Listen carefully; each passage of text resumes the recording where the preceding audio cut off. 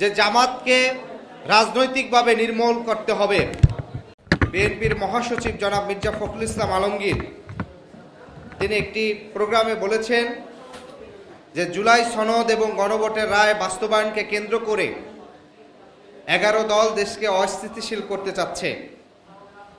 আমরা একটি কথা স্পষ্ট বলতে চাই, বরঞ্চ নির্বাচনের পূর্বে আপনারা যে প্রতিশ্রুতি দিয়েছেন, জাতির কাছে যে প্রতিশ্রুতি দিয়েছেন, এদেশের তরুণ সমাজের কাছে যে প্রতিশ্রুতি দেওয়া হয়েছিল, একই সাথে ভোটারদের কাছে গণভোটে হ্যায়ের পক্ষে বিএনপি দলীয়ভাবে যে ভোট চেয়েছিল, ভোটের ঠিক সপ্তাহখানেক পরেই আপনারা জাতীয় প্রতারণা আশ্রয় নিয়েছেন। বরঞ্চ 11 দল তারা অস্থিতিশীল নয়, বরঞ্চ এদেশের মানুষের যে পরিবর্তনকামী, সেই পরিবর্তনের আকাঙ্ক্ষাকে বাস্তবায়িত করার জন্য বরং 11 দল তার ধারাবাহিক কর্মসূচি দিয়ে যাচ্ছে। আমাদের এখন পর্যন্ত আমরা দেখেছি 4 এপ্রিল এবং একই সাথে 15 এপ্রিল আমাদের এখানে দুটি বিক্ষোভ কর্মসূচি হয়েছে এবং ধারাবাহিকভাবে 8টি বিভাগীয় শহরে 11 দলের পক্ষ থেকে গণভোটের গণরায় বাস্তবায়ন, জুলাই সনদের গণভোটের যে গণরায় দিয়েছে দেশের 70% মানুষ, তার বাস্তবায়নের জন্য ধারাবাহিক কর্মসূচি আমাদের আগামী দিনে চলবে। কিন্তু আমরা একই সাথে দেখি বিএনপির মহাসচিব হিসাবে গত দীর্ঘদিন তিনি মহাসচিবের দায়িত্ব পালন করে আসছেন।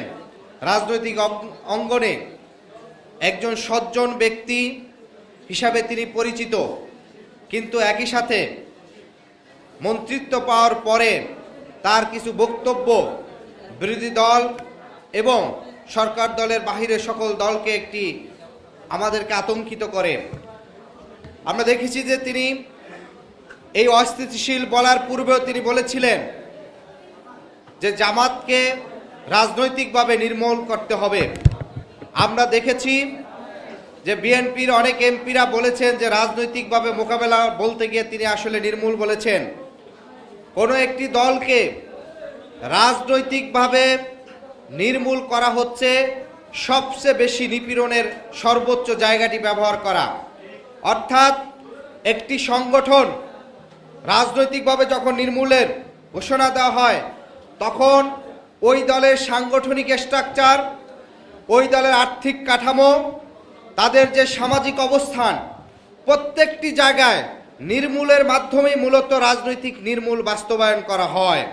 অথচ আমরা দেখেছি যে ফ্যাসিবাদের সময়, ফ্যাসিবাদ বিরোধী আন্দোলনের সময় বিএনপি এমনিভাবে কিন্তু এই রাজনৈতিক নির্মূলের শিকার হয়েছিল আওয়ামী লীগের দ্বারা। অথচ একটি দল আজকে ক্ষমতায় এসেই তারা বিরোধী দলকে তারা রাজনৈতিকভাবে নির্মূলের হুমকি দিচ্ছে, যেটি এই রাজনৈতিক অঙ্গনে আমাদেরকে আরও বেশি আতঙ্কিত করে।